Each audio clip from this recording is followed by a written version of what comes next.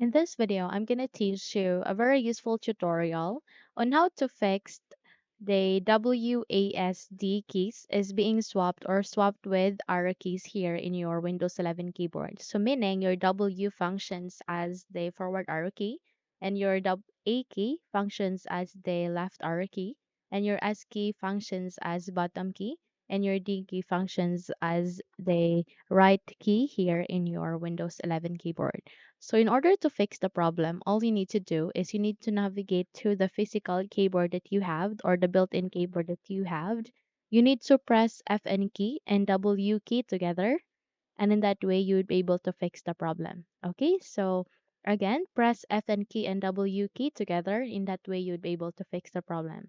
So let's close the window and press it. So again, press Fn key and W key together, and once you are done, please check if the problem has been fixed. So navigate here at the button search bar and bring up any document app like Notepad in my case.